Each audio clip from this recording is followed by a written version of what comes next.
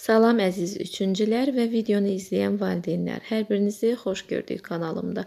Bugün yenə 3-cü sinif riyaziyyat dərsliyinin 2-ci hissəsindəki tapşırıqları sizlərlə birlikdə həll edəcəyik. Gəlin başlayaq. Artıq səhifə 8-dəyik. Yeni bölməmizin adı həndəsi fiqurlar. Kəsişən və paralel düz xəttlər. Araşdırma müzakirə hissəsinə baxırıq. Deyir, uşaqlar göstərilən küçələrdə fərqli istiqamətlərdə hərəkət edirlər. Hansı uşaqların yolları kəsişir? Bunu necə tapmaq olar? Deməli, Lalə ilə Elxanın yolu burada kəsişir. Həmçinin Lalə bura gəlsə, burada da Anarla yolu kəsişir. Yəni, o yolu uzatmaqla biz görürük ki, hansı uşaqların yolları kəsişir. Açar sözlərimiz kəsişmə nöqtəsi, paralel, perpendikulyar.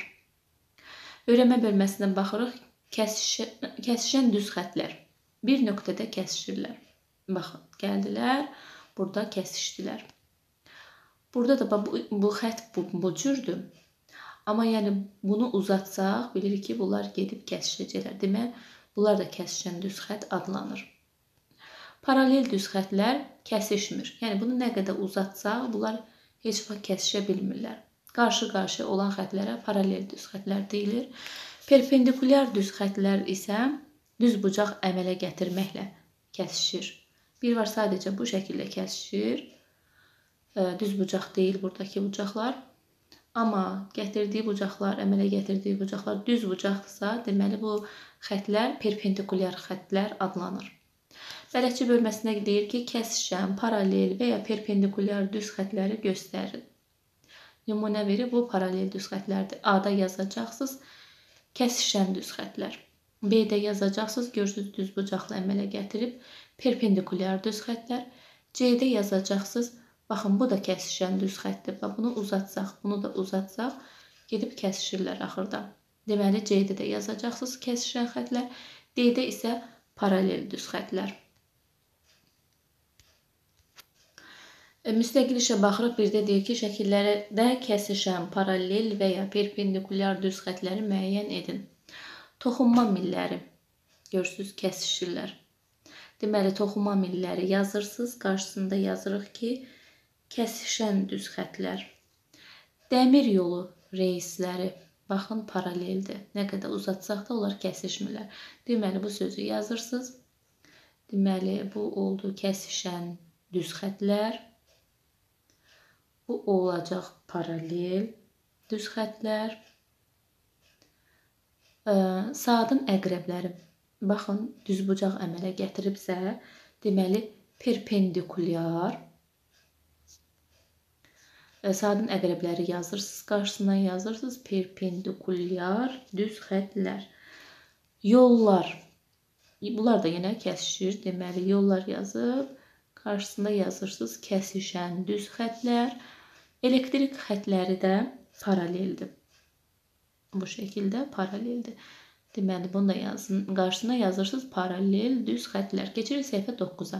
Şəklə əsasən suallara cavab verin. Hansı küçələr paraleldir, hansı küçələr kəsişir, hansı küçələr perpendikulyardır. Küçələrin adları verilib burada. Yaşılbağ, yaşıllıq, çiçəkli, meyvəli. Birincidə soruşur, hansı küçələr paraleldir? Baxın, bu küçələr paraleldir. Adları nədir? Yaşıl bağ, meyvəli. Deməli, A yazıb qarşısında yazacaqsınız. Yaşıl bağ, xətt çəkirsiniz, meyvəli. B-də soruşur ki, hansı küçələr kəsişir? Baxın, yaşıllıq küçəsi və çiçəkli küçəsi burada kəsişir. Deməli, B yazıb yaşıllıq, çiçəkli yazırsınız qarşı-qarşıya. C-də soruşur ki, hansı küçələr perpendikulyardır? Yəni, kəsişəndə düz bucaq əmələ gətirir. Baxın, bu yaşıl bağ, bu da çiçəkli. Burada düz bucaq əmələ gəldi. Deməli, C-nin cavabında yazırsınız yaşıl bağ, qarşısında xətt çəkirsiniz, çiçəkli. Həndəsi fiqurlar latın hərfləri ilə adlandırılır. A nöqtəsi, burada tək nöqtə var, oldu A nöqtəsi. MN parçası nöqtələrin adıdır və parçanın adı oldu MN parçası. A düz xətti. A, B, C üçbucağı. K, L, M, N dördbucaqlısı. Fiqurların tərəfləri uyğun parçalarla adlandırılır. Şəkildə təsvir olunan ABC üçbucağının tərəfləri AB, yəni bu tərəfi AB, bu tərəfi BC, bu tərəfi isə AC parçalarıdır. Düz xətti üzərindəki iki nöqtə ilə də adlandırmaq olar. Məsələn, DE düz xətti. Baxın burada düz xətti üzərində iki nöqtə qoyulub və adlandırılıb. Şəkildəki KLMN dördbucaqlısının paralel və perpendikulyar tərəfləri hansılardır?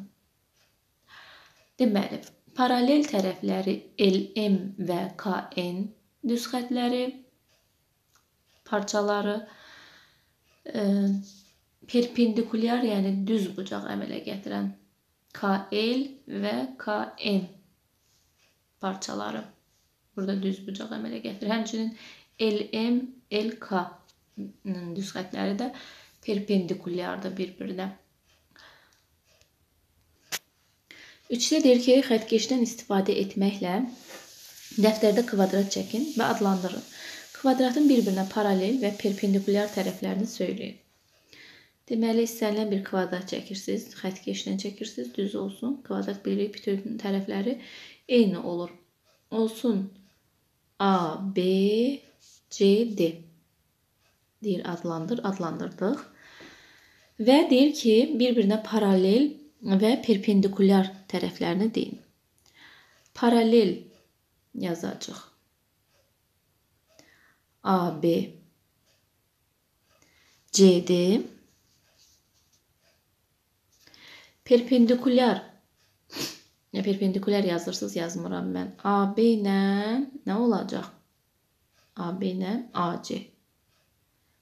Həmçinin BD ilə DC. Yəni buradan bura.